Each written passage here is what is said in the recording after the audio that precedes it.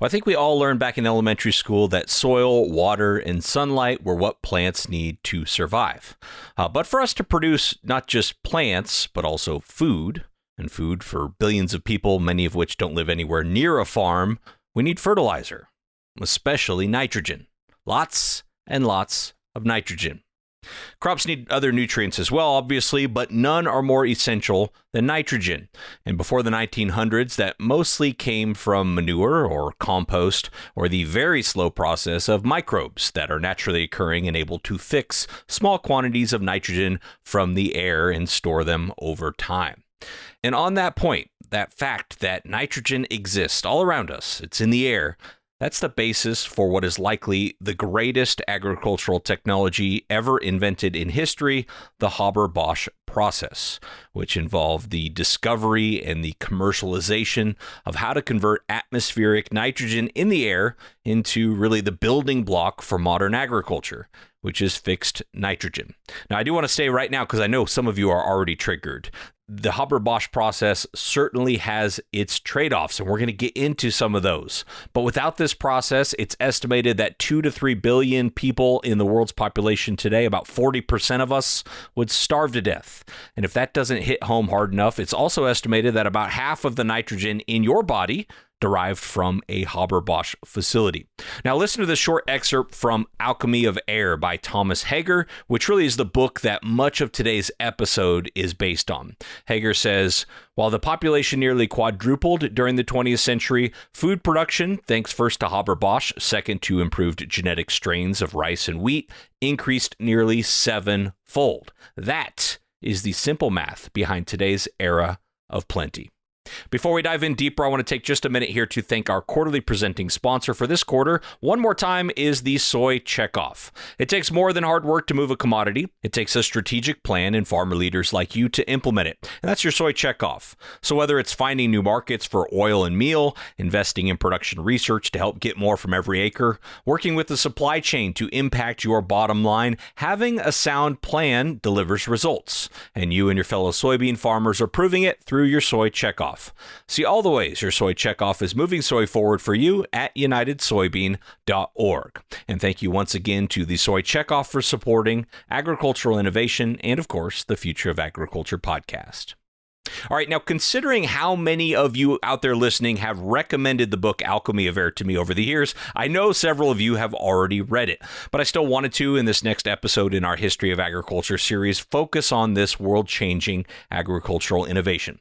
So despite this story being more well-known than our last one, which is with William J. Morris in episode 370, I still definitely think this is worth exploring, both for its significance and the insights that connect, in my opinion, directly to us as people trying to innovate in the ag industry out there today in 2023. And we'll get into the discovery itself, the challenges of commercializing this technology, which will be a big part of today's episode, the role of the Haber-Bosch process in industrializing agriculture, how the German government saw this technology as not only food security, but also a way to power their war efforts, unfortunately. And we'll end on some of the negative environmental aspects of producing so much nitrogen and what current innovations might push this fertilizer industry forward in the future. Now, it might be intuitive here to focus on Fritz Haber for this episode. He is, after all, the genius credited with the invention of the process of fixing nitrogen from the air. He was also friends with Einstein, and he went on to a very complicated, very controversial, and in some ways tragic career developing chemical weapons for the German military, among other things. But I've instead decided to focus on the other guy in the Haber-Bosch equation, Carl Bosch. At the time Fritz Haber discovered this process of synthetic nitrogen, Carl Bosch was in his 30s, working as a chemist and engineer at BASF. Yep, the same BASF that you've probably heard of recently in today's agribusiness. His innovation wasn't the big scientific discovery or the daring idea to create a new venture or create a new business model. Nope. The impressive part of Carl Bosch's story was his relentless doggedness to make the science and engineering work at scale, to take what Fritz Haber proved possible in a lab environment and change it almost completely into something that could be efficiently, reliably, and economically operated at a commercial scale. And without that, I'm convinced it would have taken much longer for this process of fixed nitrogen to make any sort of a meaningful impact on agriculture. And I'll make this point a little more clear in just a little bit. But first, let's set the scene here for what was happening in the world. This would have been 120 plus years ago that led to this discovery behind the Haber-Bosch process. It was actually 1898, and the new president of the British Academy of Sciences, a chemist named Sir William Crookes, gives a big speech that serves as a warning. In it, he says, and here I am reading from Alchemy of Air, again by Thomas Hager. His research led him to estimate, he said, that humans would begin dying of hunger in large numbers sometime around the 1930s.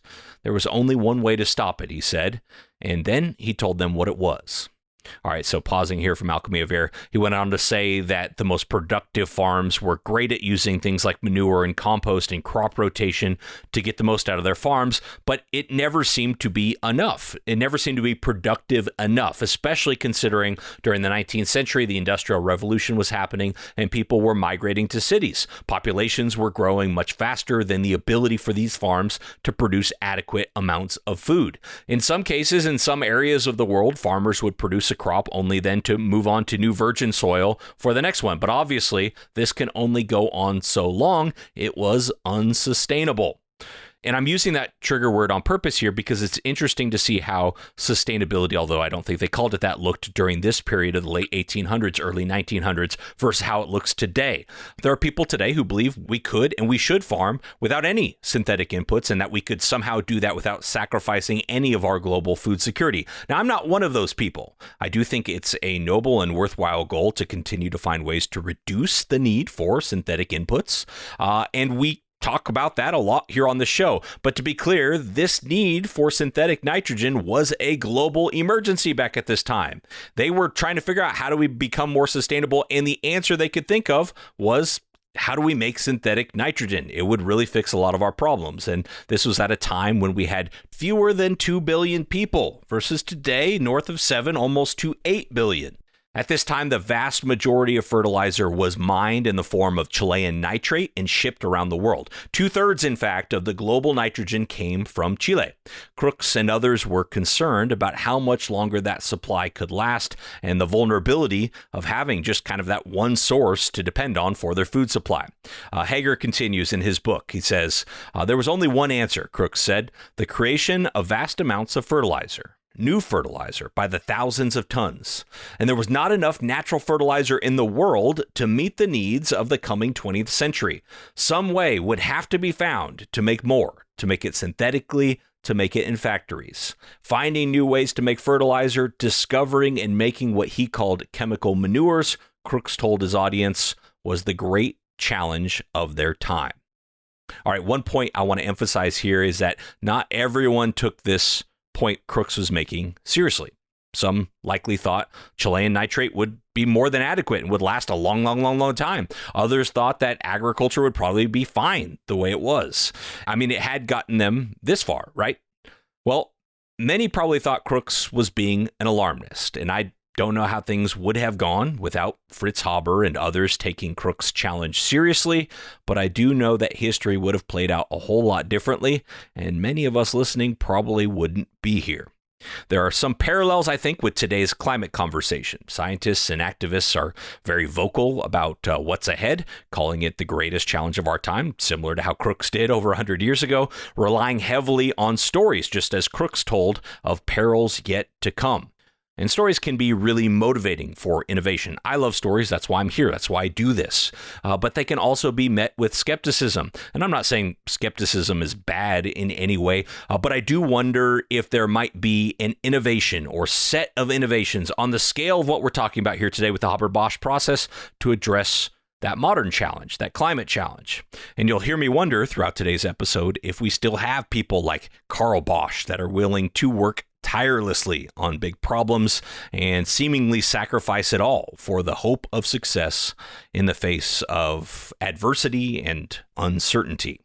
Anyway, I wanted to mention that parallel here to today's climate conversation, not to hijack it and make it about climate, but I think it's thought-provoking to the challenges of our time today, where maybe it's not about trying to keep pace with the growing population as much as it is trying to preserve our natural resources, our natural ecosystem in some way. Anyway, I think there's similar challenges, but maybe slightly different, which I think makes these lessons from Haber-Bosch all the more relevant. So as I said, out of this challenge from Crookes came several scientists working on this problem of trying to fix atmospheric nitrogen, including German chemist Fritz Haber. In 1909, Haber demonstrated on his little tabletop device the process of converting nitrogen from the air into ammonia, a form of fixed nitrogen.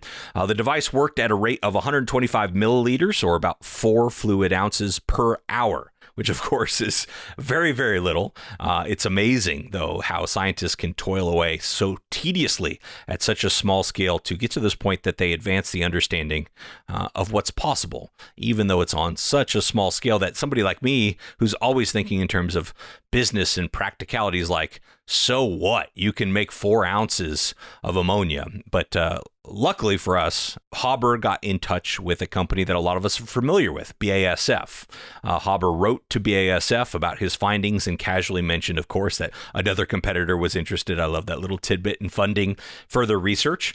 The inquiry ultimately reached the BASF chairman, Heinrich von Brunck, who's another guy I would just love to have interviewed for this show, should we have lived at the same time. In the decades before this invention by Haber, so in the late 1800s, von Brunck had essentially bet the company at BASF on creating synthetic indigo. There was a big need for a more economical and more reliable source of this important dye at the time, and von Brunck seemingly kind of bet it all to make it happen, which because of the success, because he pulled it off, he ended up being propelled into the chairman role of that company. He's known as an audacious leader, an innovator, even a gambler. And now at this time, when he heard about Haber's invention, he saw what could be his next big moonshot in synthetic nitrogen, and he was willing to deploy as many resources as it took to make it happen. Now, this is the type of risk-taking that I wonder if it still exists in today's agribusiness. I could be proven wrong, and I'd love for you to tell me I'm wrong and point to examples, but I don't see a lot of companies kind of going all in on this. They're startups, sure, but like established companies, profitable companies kind of saying this is what we're going to rally our resources behind for the next evolution of our company. I realize it was a different time. In BASF, it was a different company then than it is today. And I'm not really talking about BASF specifically, just generally our agribusinesses seem to be more interested in sort of hedging their bets, playing it safe and protecting the status quo. Now, maybe that's better for their shareholders, but I'm not sure it's better for the future of agriculture, which is what I talk about here. And it probably puts them at a big risk of the innovator's dilemma, as Clayton Christensen famously wrote about. Anyway, on the team that von Brunck sent to look at the technology Haber had developed, he included a 35-year-old named Carl Bosch, and that's going to be the focus of the rest of our episode today. He was a chemist and engineer who was known to be a tinkerer, someone who just loved machines and liked to get his hands dirty, which separated him from his colleagues who were more your classic chemist or engineer types, it would seem. I love this tidbit about Bosch is that he threw his life into his work. That was pretty much what he focused on and obsessed on, except for he liked on Friday nights to go bowling and drink beer, but back to work again on Saturday morning. I don't know. It just seems like my type of guy, even though I'm not a bowler, but it sounds fun. Anyway, Bosch had already found flaws in another process of trying to fix nitrogen from another chemist named Wilhelm Ostwald, which I think he'll come up again here in today's episode. And he saw flaws in the idea of scaling up Bosch's approach as well. But for whatever reason, he took a huge risk in telling von Brunck and his colleagues at BASF that he thought they could make it work. BASF eventually struck a deal with Haber, and Bosch did just that. He went to work. He had won von Brunck's complete support to build a team and spend the money they needed to scale this process. Hager wrote in Alchemy of Air of this moment after Haber successfully demonstrated the process to BASF, and I just love the way he writes this. He says, "The demonstration was a small machine producing a small amount of ammonia for a small group of men, but it marked a turning point in human history." One historian later compared these hours in Haber's lab to the Wright brothers' flight at Kitty Hawk or Edison's discovery of a successful light bulb. Haber was ebullient. He felt BASF would now back his process to build it into an industry. He would share in the profits. He had not only answered Crook's challenge, but he had beaten Nernst and succeeded where Ostwald had failed. Those are other chemists. He had found the answer to one of the biggest scientific challenges in the world. He was about to become famous. He was about to become rich. He had found the philosopher's stone. But there were some major obstacles here, and this is why we're going to focus on Bosch from pretty much here on out. Extreme temperature and pressure are needed to make this process happen. In Haber's device, he used quartz for the reaction chamber, which couldn't be replicated at a larger scale. His compressor was only available to squeeze gases into a very, very tiny space, and the catalyst he used was osmium, which literally did not exist in large quantities anywhere in the world. So for Bosch to turn Haber's device into something that could operate at a larger scale. At first, they were trying to do so, I think, 10x larger for their first prototype. He needed to almost rethink everything. That's what's interesting here is like Haber put this together to show it was possible, but Bosch is thinking like, okay, I need to redo everything in order for this to actually become fertilizer at any point in time in the future. But what he had going for him was an obsession for making this work, the support of a very talented team, most notably Alwin Midhosh, who was completely instrumental in testing new materials and catalysts, and the complete support and blank check from his boss, Heinrich von Brunck, who was once again betting the company's future on a long shot. 1 year later, in 1910, Bosch, Midhosh, and the rest of the team succeeded in operating a scaled-up prototype of Haber's process. It included a different catalyst, in this case iron mixed with a couple other elements, a new compressor, a different reaction chamber, and was able to produce hundreds of pounds of ammonia per day. They called it Big Rigs, and just days after they started operating it, the device burst. The hydrogen was causing so much pressure that it cracked the steel walls of the chamber. Bosch, who I'm surprised was in such good humor at this point, joked that it was a good thing that they weren't using osmium as their catalyst because they would have lost the entire world's supply in just a few days. But despite the setback, the prototype was a success. They were able to produce the ammonia, and they were making progress. Even Haber himself, in some ways, seems surprised by the progress they were making. In 1910, he wrote to BASF and said, "I'm extremely happy that Dr. Bosch and his assistants have succeeded in making such a great advance. I congratulate him and you. But it is remarkable how, in the course of things, new special features always come to light. Here, iron, with which Ostwald first worked, and which we then tested hundreds of times in its pure state, is now found to function when impure," meaning that the chemicals were mixed together. He goes on to say, "It strikes me again how one should follow every track to its end." I think there's got to be some deep insights there for innovators. I want to include that because it's a great reminder that in this process of finding new ways and new things, it's important to remember that, number one, never write off a solution until you can track it to its end, as Haber just said. And number two, you have to continue to be open to new features and new ideas and not close your mind to anything just because it, quote unquote, didn't work in the past. And I know we all have heard that, and many of us probably said that, but it's important to keep that open mind to all possibilities and all options and to track them to their end. Bosch, Midhosh, and the growing team of scientists and engineers continued to troubleshoot. In fact, I read in Alchemy of Air at one point that Bosch had doubled the amount of scientists and engineers at BASF just working on this one project. It just goes to show how all in they were on this particular venture. Ultimately, they came up with a design they called Bosch holes, which were just perforations in the steel to let some of that hydrogen out during the process. And by early 1911, their new prototype plant was turning out 2 tons of ammonia per day. This was an incredible feat, and there were numerous technical obstacles along the way that I won't go into right here, but I am just amazed at the diligence and the ingenuity it took to pull this off, to go from that little tiny device that Haber had that was just kind of dripping out tiny little milliliters of ammonia to 2 tons of ammonia today in 2 years. It's just amazing. They were ready now to begin construction of their first scaled version of the commercial synthetic nitrogen plant. And just as they were about to break ground on that first plant, which was located in Oppau, Germany, along the Rhine River, two major events happened. Number one, Heinrich von Brunck, their leader and supporter who was betting the company on this project, suddenly died unexpectedly. And then number two, they found out that BASF was being sued to nullify Haber's patent by a competitor, saying another scientist invented the process first. So BASF ended up winning that lawsuit. I won't go into those details, and opening the Oppau plant in 1913. After startup costs, ammonia was pretty cheap to manufacture, and according to Hager, the process generated most of the energy it needed, so it was almost self-sustaining.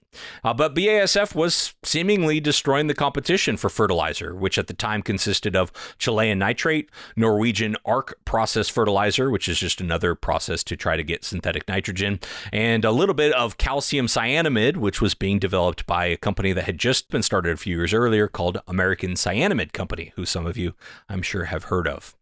Then after the technical challenges, the lawsuit, and the death of the chairman of the company, another big challenge hit, World War I.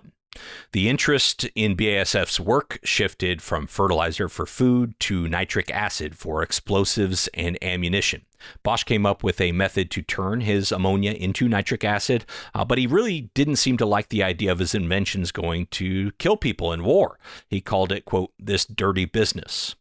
But there's no doubt that BASF leveraged the government's interest in their own national security for their own company benefit as well, to accelerate plans to build a second location in Leuna. So with Oppau near the Rhine River and close to the border that they shared with France, it became a major strategic target for French bombings during the war. The government offered to finance a bigger facility further away, which they ended up doing so in Leuna. This new facility, bigger facility, opened in 1917, and it grew to produce 160,000 tons of ammonia per year by the end of the war, almost all of which fed into this war machine. This move accelerated BASF's capacity and also put them firmly in bed with the German government, which ended up surrendering that next year in 1918, ending World War I. And quick note on that, for better or worse, a surge in government investment and interest in a national security or broader societal problem has shown to be a huge driver of agricultural innovation and expansion. In our first episode on the history of agriculture, it was World War II and soybean production.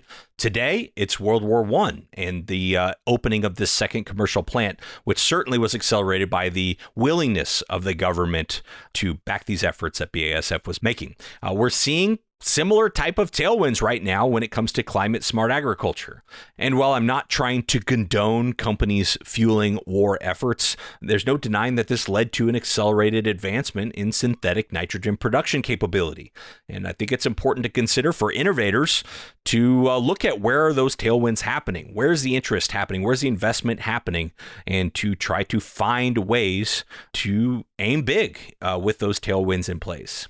Anyway, Bosch spent the next years trying to keep France from stealing trade secrets after the war. He stalled as much as possible and ultimately struck a deal. It's kind of an interesting story, a secret deal with a French chemical company to build a Haber-Bosch facility there, which was seen by the BASF board as a great move for their own self-preservation. Bosch was soon after promoted to head of the company, but the next several years proved really, really difficult for him. He was much more of a machine guy and a hands-on guy, an operational guy, than a people person. And he found himself dealing with employees and labor groups and other bureaucracy that maybe wasn't his natural cup of tea. Then, in 1921, there was a major explosion at Oppau. One end of the plant was obliterated and hundreds of people died. It's thought that the practice they used at the time of small blasts to break up clumpy fertilizer happened repeatedly because of some extra humidity in the plant, and ultimately 561 people died, 1,700 were injured, and the repairs cost the company about $500 million marks.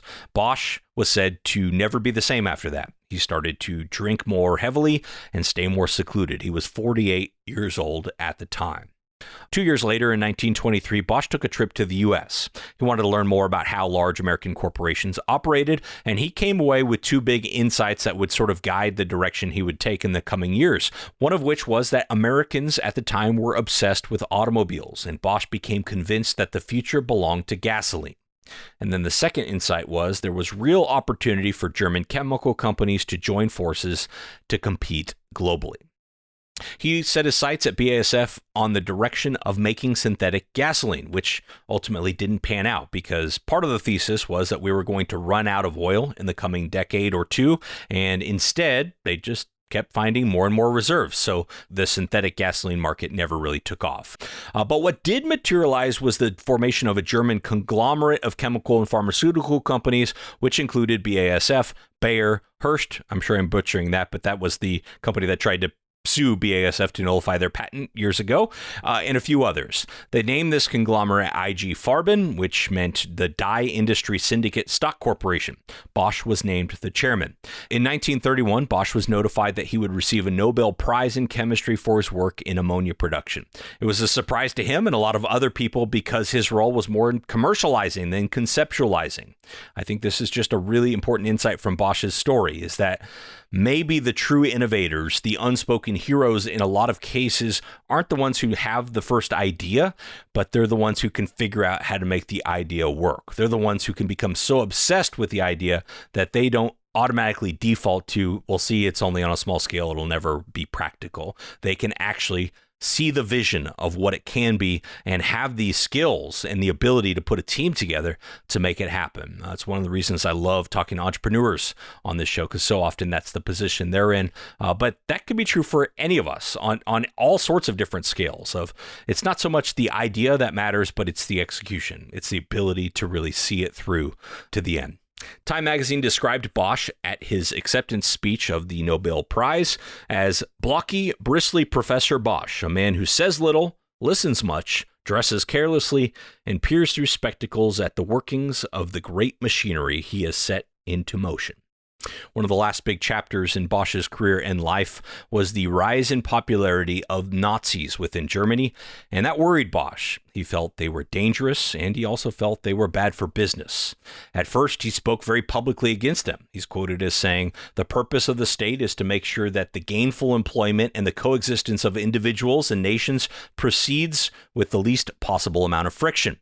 People should be free to make products, make money, and pursue their interests. Beyond that, government should get out of the way." But as the Nazis rose to power, Bosch's public comments became more and more neutral, and he spent time trying to protect his company's interests. Hager wrote, "To save Leuna, it seemed he was prepared to make a deal with the devil. As with all such deals, the real price would be disclosed and paid only later." Bosch seemed to be publicly aligning with those in power, but quietly defiant of them, or at least torn. Farben ended up moving Bosch out of day-to-day operations, and he continued to battle worsening depression. Hager added, "Bosch's life, his breakthroughs in factories, his attempts to feed the world and make profits for his company were being used to arm and fuel the Nazi machine." Bosch moved suddenly to Sicily in 1940. Shortly after World War II started, and he died a few months later. But as you know, since that time, Haber-Bosch facilities have spread throughout the world. It truly is the technology that is the building block of our modern food system. People do still, unfortunately, die from starvation, but mostly due to economics and distribution and local crop failures, or in a lot of cases, armed conflict. Not so much due to a global food shortage, thanks in large part to the Haber-Bosch process. There have been tremendous improvements made, but the process is still kind of the same at its core. But just to give you an idea, Bosch's tallest ovens were 30 feet tall. Today, they're over 100 feet tall. And in Bosch's lifetime, it took an average of 1,600 workers to produce 1,000 tons a day of ammonia. Today, it takes only 55 workers. And back then, it took about 4 times as much energy to produce a ton of fertilizer than it does today. But it's important to note that Haber-Bosch plants still consume about 1% of the world's energy. Which brings me to my final point.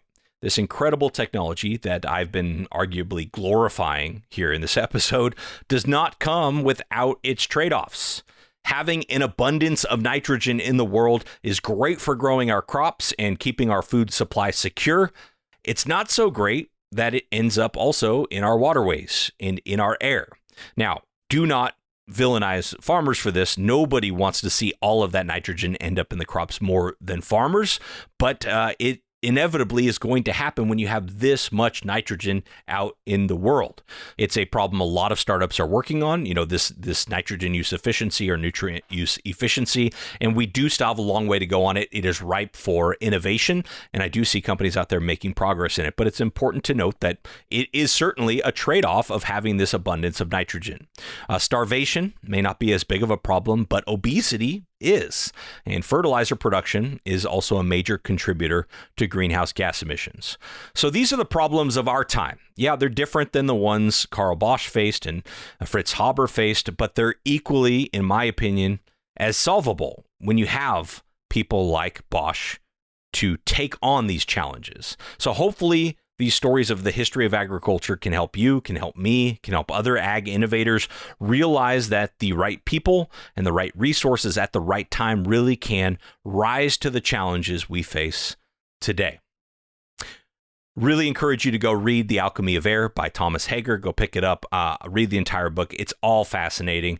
And for more episodes of mine on fertilizer, here's a couple you could check out. 325, which is electrified and distributed fertilizer production featuring nitricity. 337, synthetic biology for nature-based and data-driven farming with Travis Bayer and Adam Lytle of Sound Ag. 348, we just did investing in the future of fertilizer with Sarah Nolette of Tenacious Ventures. And of course, you can check out our first history of agriculture episode done a couple months ago, 370 with William J. Morris. Anyway, that's going to do it for today's episode. Went a little bit over the amount of time I wanted to, but this is just a really intense topic, and I didn't even scratch the surface. So go check out Alchemy of Air, listen to those other episodes. Thank you so much to the Soy Checkoff for sponsoring this quarter of the Future of Agriculture podcast. Last but certainly not least, thank you for your time and your attention. I never take it lightly. I'll be back next week with another story of ag innovation.